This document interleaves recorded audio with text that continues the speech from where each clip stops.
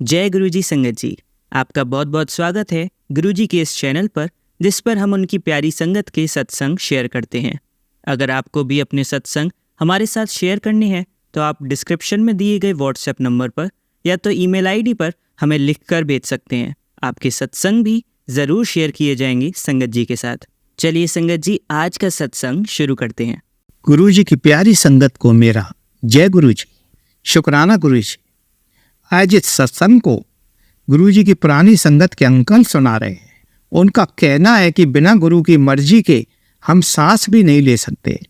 अच्छे और बुरे की पहचान भी गुरु जी अपनी संगत को कराते हैं। जैसा कि कबीरदास जी ने लिखा है कि गुरु गोविंद दो खड़े काके लागों पाए, बलिहारी गुरु आपने गोविंद दियो बताए। इसका अर्थ गुरु का महत्व तो आपके जीवन में अत्यधिक होता है। यह हमारे गुरु जी की ही कृपा है कि वे हमेशा अपने भक्तों को अच्छे और बुरों की पहचान कराते हैं। यदि आपके सामने एक तरफ गुरु खड़े हों तथा दूसरी तरफ भगवान खड़े हों तो आपको सबसे पहले गुरु जी के चरणों का स्पर्श करना चाहिए, क्योंकि गुरु जी ही हमें भगवान के अस्तित्व के बारे में बताते हैं। वही हमें धार्मिक ज्ञान देते हैं, जिससे ऊपर वाले की शक्ति का पता चलता है। इसका मतलब भगवान से भी बड़ा है गुरु का दर्जा। मैंने गुरु जी के बारे में अपने मामाजी से सुना था। यह बात सन 1996 की है। मैं गुरु जी वगैरह में विश्वास नहीं रखता था। सन 1994 में चंडीगढ़ में पहली बार गुरु जी से मिला। जब गुरु जी ने मुझे देखा तो उन्होंने तुरंत पूछा कि मैं कहाँ से आया हूँ। तो मैंने उत्तर दिया कि मैं कर्नल जोशी का भांजा हूँ तथा जयपुर से आया हूँ। यह बात सुनकर गुरु जी ने अपने दोनों हाथ मेरे सर पर रख दिए और बोले, जग कल्याण हो। 2 दिन बाद जब मैं लौटकर दिल्ली वापस आया तो एक नौकरी जिसका मैं उत्सुकता से इंतजार कर रहा था मिल गई। तुरंत कल्याण हो गया। जबकि मैंने गुरु जी के मंदिर में चाय प्रसाद व लंगर के लिए भी मना कर दिया था। मैं यह सोच रहा था कि इसमें गुरु जी की कोई कृपा नहीं है, यह मेरी योग्यता से हुआ है। गुरु जी के दर्शन से मेरे दृष्टिकोण में कोई परिवर्तन नहीं आया, उनके लिए कोई विशेष भाव नहीं उभरे। यह सब भी गुरु जी की ही इच्छा पर निर्भर था। इसी बीच गुरु जी दिल्ली आ गए, लेकिन इन 2.5 वर्षों में मैंने उनके कोई दर्शन नहीं किए और ना ही उनके मंदिर गया, ना ही गुरु जी से संपर्क करने का प्रयास किया। मैं ये जानता था कि जब तक गुरु जी नहीं चाहते तब तक कोई भी उनसे संपर्क कर ही नहीं सकता। इसी बीच मेरी माँ और बहन गुरु जी के अनंत भक्त बन चुके थे, लेकिन मेरे पर कोई फर्क नहीं पड़ा था, क्योंकि मैं नास्तिक था। मैं अपनी बहन के लिए 2 सालों से लड़का ढूंढ रहा था। अप्रैल 2000 में मेरी बहन के ससुर का फोन आया कि संबंध पक्का करना है तो आप आ जाइए। उस समय मेरी बहन दिल्ली में थी। मेरी बहन गुरु जी की अनंत भक्त थी। वह गुरु जी के पास पहुंची तथा गुरु जी को लड़के का फोटो दिखाया। लड़के का फोटो देखकर गुरु जी ने हाँ कर दी। हम सब लोगों की चिंताएं खत्म हो गई थी। गुरु जी की कृपा से 2001 में विवाह की तिथि निश्चित हुई। जैसे जैसे समय बीत रहा था, मेरी विचारधारा गुरु जी के प्रति अच्छी हो रही थी। हमने उस स्कूल से विवाह करना उचित समझा जिस स्कूल में माँ पढ़ाती थी। रसोई घर का चयन कर लिया गया। जब गुरु जी को यह बात पता चली तो उन्होंने रसोई घर का स्थान बदलने को कहा। साथ ही कहा कि इस स्थान पर रसोई घर बनाने से दावत में 4 चांद लग जाएंगे। हालांकि मेरी विचारधारा में इस बात का कोई औचित्य नहीं था, लेकिन माँ ने गुरु जी की बात मान ली तथा रसोई घर उस जगह बनवाया जहाँ गुरु जी ने बताया। विवाह बहुत अच्छी तरह से संपन्न हुआ। सारे अतिथि आज भी उस स्वादिष्ट भोजन की तारीफ करते नहीं थकते हैं। ऐसे दृष्टांत इस बात को स्पष्ट करते हैं कि गुरु जी वास्तव में अंतर्यामी है। मैं विश्वास और आस्था से कोसों दूर था। मेरे बहन के विवाह को 15 दिन हो गए थे। मेरी विचारधारा अब गुरु जी से मेल खाने लगी थी। उस दिन मैं अपने कार्यालय से मोटरसाइकिल पर अपने घर वापस आ रहा था। मैं राजमार्ग पर था और रात बहुत हो चुकी थी। उसी समय एक आवारा कुत्ता मेरी मोटरसाइकिल के अगले पहिए से टकराया। उस समय मेरी स्पीड इतनी तेज थी कि यदि एक कंकड़ भी मेरी मोटरसाइकिल से टकराता तो मैं पलटी खाकर गिर सकता था। ऊपर से एक बस मेरे पीछे चली आ रही थी। गिरने पर मेरा अंत तो निश्चित ही था, परंतु गुरुजी की कृपा से मैंने अपना बैलेंस नहीं खोया। इस तरह से अपने प्राणों की रक्षा की। मैं अपनी मौत को स्वयं देख चुका था। मैंने उसी समय भगवान के तथा गुरुजी के हाथ जोड़े। रास्ते में एक मंदिर पड़ता था। उस मंदिर पर रुककर मैंने भगवान के आगे सर झुकाया। उसी समय मुझे गुरुजी की सुगंध का एहसास हुआ। मैं समझ गया कि यह सब गुरुजी की कृपा के कारण ही हुआ है। चलो, मुझे कम से कम अपनी भूल का एहसास तो गुरुजी ने कराया। पहले मैं नास्तिक था, अब मैं आस्तिक बन गया। मेरा ट्रांसफर रेवाड़ी हो गया था, इसलिए मैं अक्सर गुरुजी के दर्शन के लिए जाया करता था। अब मेरी माँ को मेरे विवाह की चिंता सताने लगी थी, क्योंकि बहन का विवाह भी हो गया था। मेरी माँ यह चाहती थी कि सही समय पर जब इंसान की शादी हो जाती है तो औलाद भी सही समय पर हो जाती है। ज़्यादा बड़ी उम्र में शादी करने से औलाद मुश्किल में पड़ जाती है। एक दिन मैं और मेरी माँ गुरुजी के दर्शन के लिए एम्पायर स्टेट में थे। उसी समय मेरी मामी जी की बहन भी आ गई। मैं गुरुजी के पैर दबा रहा था। उसी समय गुरुजी ने मामी जी की बहन को भी पैर दबाने के लिए कहा। उनके पैर दबाते ही गुरुजी बोले कि आप लोग आपस में शादी कर लो। वैसे तो रिश्ते स्वर्ग में से ही बनते हैं, हम लोग तो केवल माध्यम हैं। जिस लड़के और लड़की का संबंध लिखा होता है उसी से संबंध तय होता है, दूसरे से नहीं हो पाता।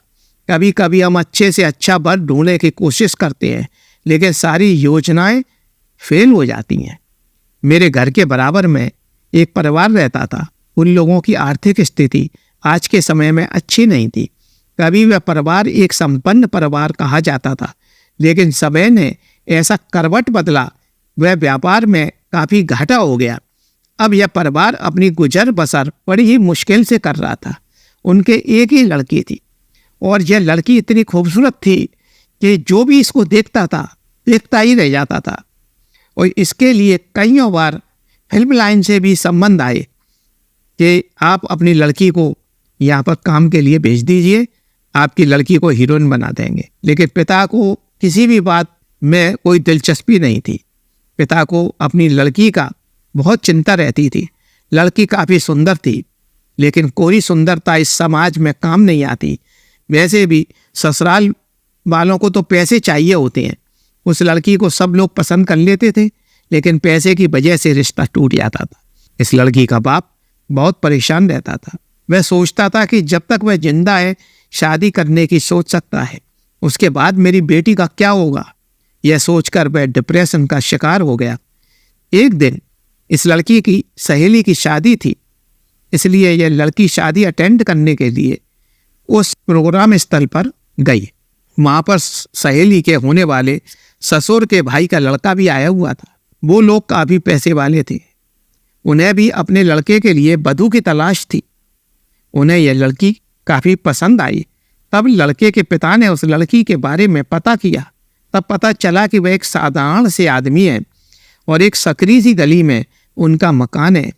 वह पता पूछते हुए उस घर में पहुंचे तथा दरवाज़ा खटखटाया।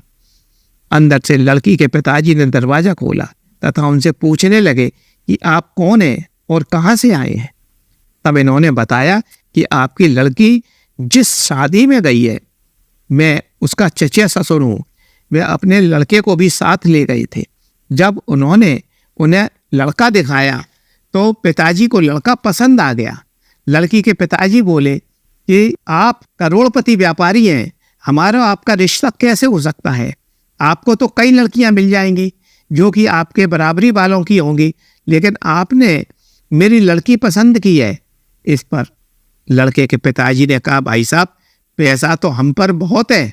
हमारा लड़का अपने कपड़ों के हिसाब से गाड़ी बदलता है। हम लोग अरबपति खानदान से हैं।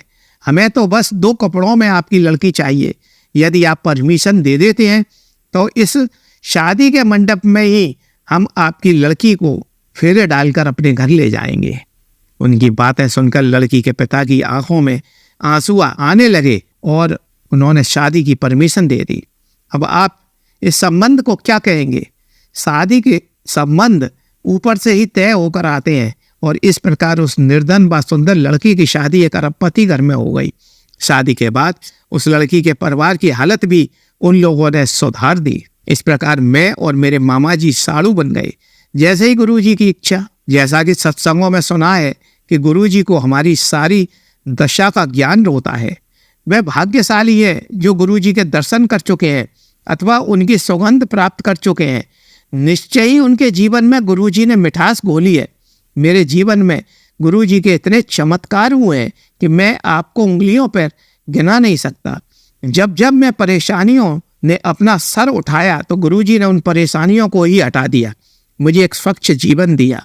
मैं गुरुजी का इस जन्म में आभारी रहूँगा। का प्यार और मेरे शरीर के अंग अंग में बसता है। गुरुजी की कृपा से मुझे अपनी बहन का पति बहुत ही शरीफ मिला। उसका जीवन भी एक पुष्प की भांति चल रहा है। वह अपनी गृहस्थी में मस्त है।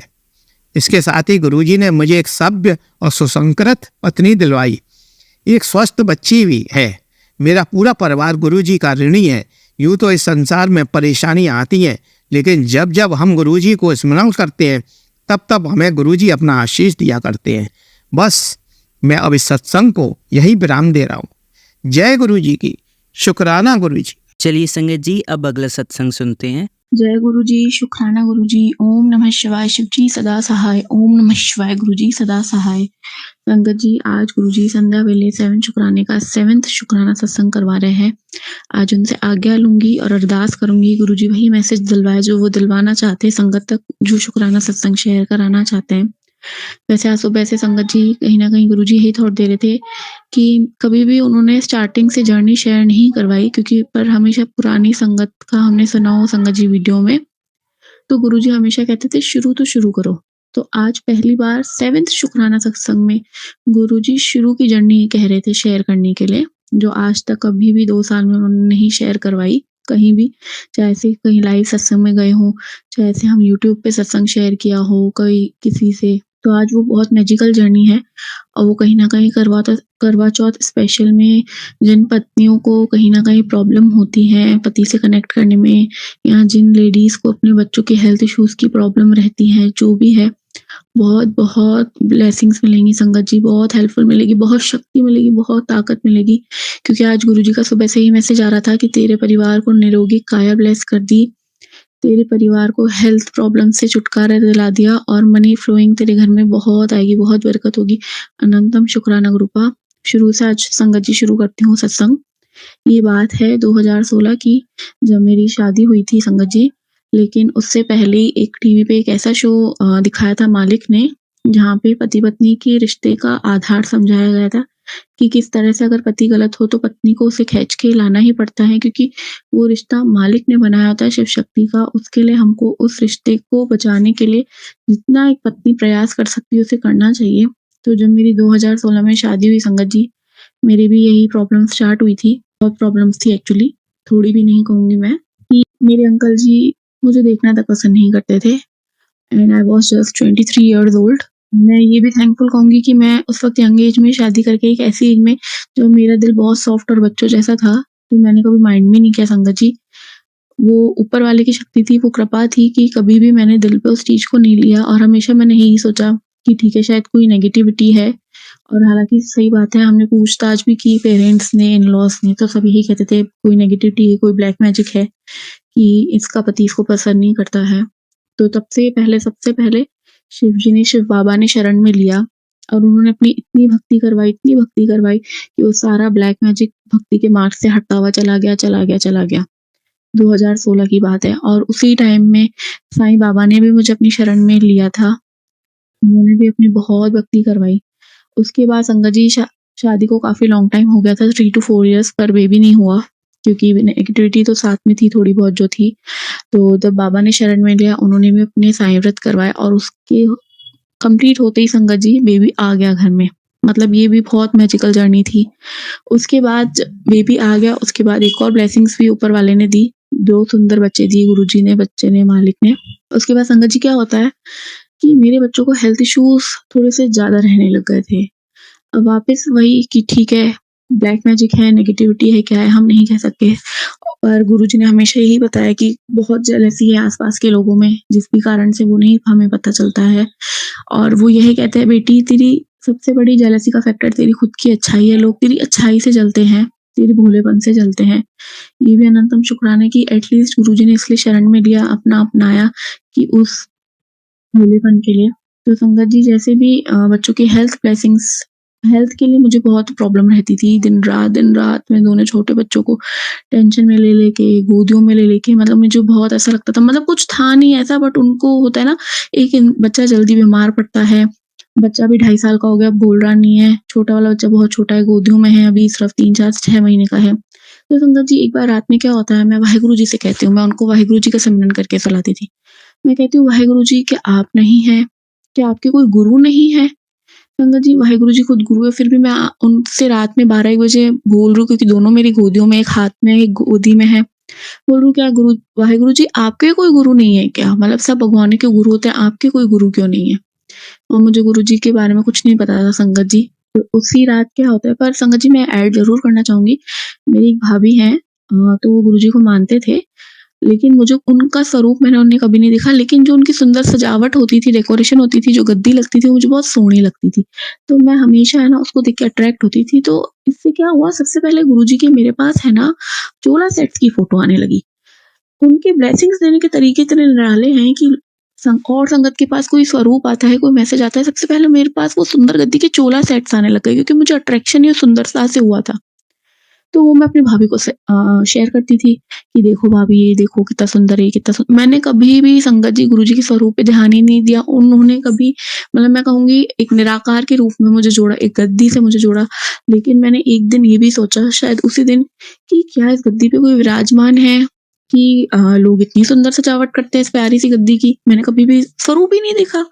और उसी रात जिस दिन मैंने वाहेगुरु जी से अरदास की कि वाहेगुरु जी, के आपके कोई गुरु नहीं है, उसी रात संगत जी गुरुजी ने अपने ड्रीम दर्शन दिए। और वो किस प्रकार थे कि उन्होंने अपनी बड़ी गद्दी जो लगी हुई थी, विराजमान होती, मुझे अपने में गोल घुमा के दिखाई। संगत जी, जय गुरुजी, शुक्राना गुरुजी। मैं भाभी से पूछा, भाभी अगले दिन कॉल किया या 2-3 दिन में, और उस दिन मंडे भी था, क्योंकि वो जब मुझे सब एक्सप्लेन कर रही थी, तो उन्होंने यही बताया सबसे पहले कि ये शिव जी के अवतार हैं, और उनको पता था मैं शिव भक्त हूँ। तो मैंने उनको बोला कि भाभी देखो, आज मंडे भी है, मैंने आपको मंडे के दिन ही कॉल करके पूछा और आप सब बता रहे हो। और संगत जी, जो सबसे पहला गुरुजी का मेरे लिए जो मैसेज था, जो संदेश था, जो ब्लेसिंग थी, वो यही थी कि अपने बच्चों की टेंशन छोड़ दे, मैंने उन्हें ब्लेस कर दिया है, तू जो जाती है वही होगा। जय गुरुजी, शुक्राना गुरुजी। मतलब मेरे मन में इतना हुआ कि इनको कैसे पता, मतलब वो मेरे घर के, बिल्कुल मैंने कोई डाउट नहीं किया, मेरे वो अंदर बसते चले गए। आज हम नई संगत कोई भी ऐड होती है किसी भी कारणवश, तो हमेशा वो 1%, 2%, 10% डाउट लाती होगी संगत जी, पर मैंने, मतलब कभी भी मेरे को कोई डाउट नहीं आया। मतलब मैं एक ऐसी इंसान हूँ, अगर कोई मुझे कहे ना इस पत्थर में भगवान है, मैं उसे एक्सेप्ट कर लूंगी। आई विल नॉट डाउट कि नहीं, ऐसा नहीं हो सकता, ऐसा क्यों है, ऐसा किसने बोला, नहीं, इसमें भगवान है, हाँ है, हमारा विश्वास है तो वो है, होता चला था। ये पॉजिटिविटी की पावर है संगत जी, जो गुरुजी कहते हैं तूने छोड़ दी उसे वापस ला, अपने माइंडसेट को पॉजिटिव कर। लेकिन संगत जी, इस बीच में क्या होता है, मुझे थॉट जरूर आता है कि यार मैं तो बाबा को मानती हूँ, फिर है ना ये गुरुजी को मैं मानूंगी, ऐसा कैसे, मतलब अच्छा लगेगा कि मैं बाबा को छोड़ के गुरुजी के पास चली जाऊं। तो संगत जी, क्या होता है, एक बार गुरुजी ने अपना ऐसा ही सत्संग दिखाया फिर, कि जहाँ पे गुरुजी की गद्दी लगी हुई है, और अचानक से बहुत बड़ा पोस्टर रोल डाउन होता हुआ साईं बाबा का निकलता है संगत जी। तो मैं हैरान हो गई, मैंने कहा कि यार ये क्या है, मतलब ये एक ही है। फिर इसके बारे में सबसे पहला सत्संग भी मैं अगर कहूँ, या सेकंड सत्संग गुरुजी ने जो सुनाया था मुझे, वो यही था कि अपने वो एक पुराने सरदार अंकल थे, संगत उनकी जो उनके साथ रहते थे, तो उनको उन्होंने कहा था कि मैं और साईं एक ही हैं। तो शुक्राना गुरुजी। और वो सत्संग भी आज तक मुझे वापस उन्होंने नहीं सुनाया, क्योंकि उन्होंने शुरू में मुझे सुनाना था कि देख ले, तू साईं के लिए डाउट करती है, तो मैं वही, हाँ, उन्होंने तेरे को मेरे साथ भेजा है, मेरे पास भेजा है, तो डाउट मत कर इस चीज का तू। तो मैं अनंतम शुक्राना करूंगी मालिक का कि उन्होंने इस तरह से जोड़ा, वो भी मैजिकल जोड़ा, बिन बोले सब कुछ जानदा, मतलब उन्होंने बिना बोले सोचे समझे मुझे अपने साथ जोड़ लिया कि इस बेटी को मेरी अब सख्त जरूरत है। क्योंकि संगत जी, गुरुजी जैसा कहते थे कि नींबू की तरह निचोड़ना, तो मेरा जो 2022 में उन्होंने मुझे अपने आप से जोड़ा था, वो मेरा बहुत, कहीं कहूंगी, चैलेंजिंग ईयर था। जिस तरह से बीमारी थोड़ी बहुत मेरे को या मेरे बच्चों को कैच करी या जो भी था, वो थोड़ा एक नींबू की तरह निचोड़ने वाली गुरुजी की बात थी। लेकिन फेथ और विश्वास हमेशा उन पे पक्का बना था, है और है। आज मालिक से ही अरदास है संगत जी, पॉजिटिविटी लाइए, फेथ, सरेंडर और शुक्राना, इससे बड़ा कोई भी कुछ नहीं चाहिए। गुरुजी कहते हैं उपाय कर सकते हो, आपको जो आजकल आते हैं, हमारे पास बेसिक उपाय भी आते हैं, हनुमान चालीसा जी के आते हैं, पाठ के आते हैं, तो वो हमें ज़रूर करना चाहिए। या माता रानी को चोला चढ़ाना है, वो भी चढ़ाइए, उसमें कुछ भी गलत नहीं है संगत जी। अगर आपसे हो रहा है तो आप करिए, लेकिन कभी भी मन में वहम ना पालिए कि हाय गुरुजी हमसे तो ये हुआ ही नहीं, हो ही नहीं पाया, अब मैं डर नहीं। गुरुजी कहते हैं डरना नहीं है, मैं करवाने वाला हूँ, मैंने तुमको सुनवाया तो मैं करवा भी लूँगा। क्योंकि संगत जी मुझे 3-4 महीने से उन्होंने काफ़ी सारे उपाय बताए, लेकिन ऐसा नहीं कि उन्होंने सुनाते ही करवा लिए। उन्होंने अपने टाइम पे, जब उसका टाइम था, वो उन्होंने तभी करवाए संगत जी, क्योंकि वो उन्होंने ही कराने थे, हम कौन होते करवाने वाले। इसलिए उपाय सुनते भी उनकी शरण में, उनके लोटस फीट में डाल दीजिए कि गुरुजी आपको ये उपाय सरेंडर है, आपने कराना है, आप करवाइएगा, लेकिन मैं डर नहीं पाल रही, मेरे लिए आप सब कुछ है। हनुमान चालीसा का पाठ कराना है, वो भी आप करवाइए। और संगत जी वो करवाएँगे, जहाँ जो ज़रूरी है वो करवाएँगे, हमने करना है ये विश्वास के साथ कि गुरुजी करवा रहे हैं, हमारे फादर ने हमें कह दिया है, हमें करना है, हमें एक गुड चाइल्ड बनना है, एक अच्छी संगत बनना है संगत जी। तो आज का ये 7th शुक्राना सत्संग के लिए गुरुजी का बहुत-बहुत इमेंस शुक्राना है। पहली बार उन्होंने इतना बड़ा सत्संग रिकॉर्ड करवाया, क्योंकि मैंने हमेशा एज़ अ गुड चाइल्ड उनकी चीज़ें फ़ॉलो की है कि वो कहते थे संगत को कि सत्संग को छोटा रखो, तो मैं कभी भी 5 मिनट से ऊपर का सत्संग कभी शायद शेयर नहीं कराया, पर आज मुझे लगता है बहुत ज़्यादा करवाया उन्होंने, तो ये उनकी लीला है। थैंक यू गुरुजी, शुक्राना गुरुजी, अनंतम अनंतम शुक्राना। जय गुरुजी, शुक्राना गुरुजी। और चैनल के माध्यम से जो भी संगत हमारी शेयर करेंगे उनका भी अनंतम शुक्राना संगत जी, उनको बहुत ब्लेसिंग से। जय गुरुजी, शुक्राना गुरुजी। चलिए संगत जी, अब अगला सत्संग सुनते हैं। जय गुरु जी, शुक्राना गुरु जी। गुरु जी मुझे बहुत दिनों से बोल रहे बेटा शुक्राना कर, शुक्राना कर, शुक्राना कर, लेकिन मैं नादान बच्ची गुरु जी की, ये बोल लीजिए कि शायद आलस या गुरु जी की इच्छा होती तभी हम लोग शुक्राना सत्संग भी कर सकते हैं।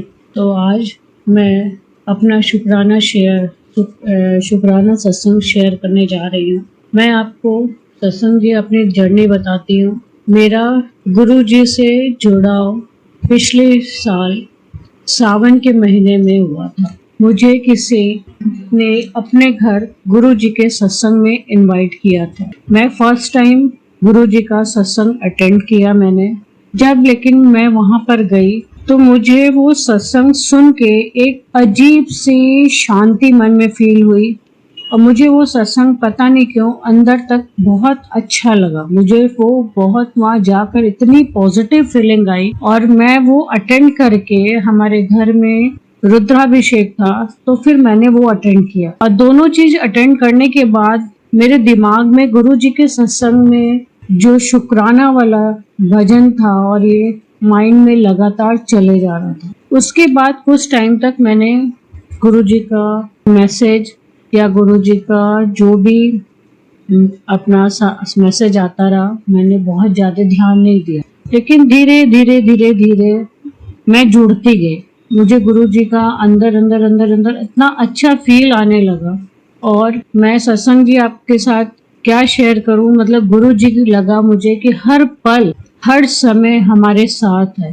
वो हमेशा हम लोग बहुत अपने आप को भाग्यवान समझते हैं कि गुरु जी ने आज हम लोग का हाथ पकड़ा। गुरु जी मुझे माफ कर दीजिएगा, मेरी गलतियों को माफ कर दीजिएगा और सत्संग बोलने में आज मुझसे कोई भी तरह की गलती हो तो भी मुझे प्लीज माफ कर दीजिएगा। गुरु जी ने हमारे साथ इतना सपोर्ट किया हर चीजों में, हमारे हस्बैंड जी को, हमारे बच्चों को, हर चीज में गुरुजी ने हमारा बहुत बहुत सपोर्ट किया, हमारे परिवार का बहुत ध्यान रखा है और अभी भी गुरुजी हमेशा हम लोगों का ध्यान रखते। गुरुजी मुझे तितली के रूप में जरूर कई बार दर्शन दिए, 7 नंबर की ब्लेसिंग भी बहुत दी है। गुरुजी का शुक्राना मैं जितना करूं, जितना ज्यादा से ज्यादा करूं उतना कम है। वो तो भगवान है और भगवान का शुक्रिया कोई इंसान कैसे कर सकता है, देने वाला वही है। हम लोग एकदम नादान उनके वो है, हम लोग एकदम नादान बच्चे हैं और गुरु जी हम लोग से कोई भी तरह की कुछ भी गलती हो तो प्लीज हम लोग को माफ कर दीजिएगा। मैं गुरु जी का मंत्र जाप अक्सर करके सुनती हूँ और कोशिश करती हूँ दिन भर में कम से कम 1 या 2 बार वो मैं मंत्र जाप अपने घर में चलाऊं और उससे मेरे पूरे घर का वाइब्स अच्छा हो जाए। गुरु जी से जुड़ने के बाद मुझे ऐसा लगा कि मुझे एक अलग तरह की हिम्मत आ गई है, मुझे अच्छा फील होने लगा। मैं इतनी पागल, इतनी डरपोक टाइप की लड़की हूँ कि मुझे हर छोटी छोटी चीजों से बहुत जल्दी घबरा जाती थी, लेकिन जब से गुरुजी ने मेरा हाथ पकड़ा है मुझे एक अलग सा सपोर्ट लगता है, मन में लगता है नहीं मेरे साथ कोई बड़ा है, मेरे साथ कोई सपोर्ट करने वाला, पल पल हर पल सपोर्ट करने वाला मेरे साथ कोई खड़ा है। अब मुझे मालूम है कि गुरुजी हम लोग के साथ हर समय रहते हैं। गुरुजी अपने संगत का साथ कभी नहीं छोड़ते। और गुरुपा हम आपसे हाथ जोड़कर विनती करते हैं कि आप हम लोग का साथ, मेरा, मेरे पति का, मेरे दोनों बच्चों का कभी साथ मत छोड़िएगा। मैं नादान बच्ची हूँ, हम लोगों से कोई कभी गलती भी हो जाए तो आप हम लोगों को अपना बच्चा समझकर प्लीज माफ कर दीजिएगा। जय गुरु जी, शुक्राना गुरु जी, अनंतम अनंतम शुक्राना गुरु जी। मैं जब शुक्राना सत्संग शेयर करने जाती हूँ तो मुझे लगता है मैं ये भी बोलूंगी, मैं ये भी बोलूंगी, सब कुछ बोलूंगी, लेकिन पता नहीं बोलते बोलते मेरे सारे शब्दों पर विराम लग जाता है और मैं बस लगता है क्या बोलूं क्या न बोलूं। इसलिए गुरुपा मुझे प्लीज माफ कर दीजिएगा। ओम नमः शिवाय, शिव जी सदा सहाय। ओम नमः शिवाय, गुरु जी सदा सहाय। ओम नमः शिवाय, शिव जी सदा सहाय। ओम नमः शिवाय, गुरु जी सदा सहाय। चलिए अब मंत्र जाप करते हैं। ओम नमः शिवाय, शिव जी सदा सहाय। ओम नमः शिवाय, गुरु जी सदा सहाय। ओम नमः शिवाय, शिव जी सदा सहाय। ओम नमः शिवाय, गुरु जी सदा सहाय। ओम नमः शिवाय, शिव जी सदा सहाय। ओम नमः शिवाय, गुरु जी सदा सहाय। धन्यवाद संगत जी, आपका दिन बहुत ही मंगलमय जाए। जय गुरु जी, शुक्राना गुरु जी।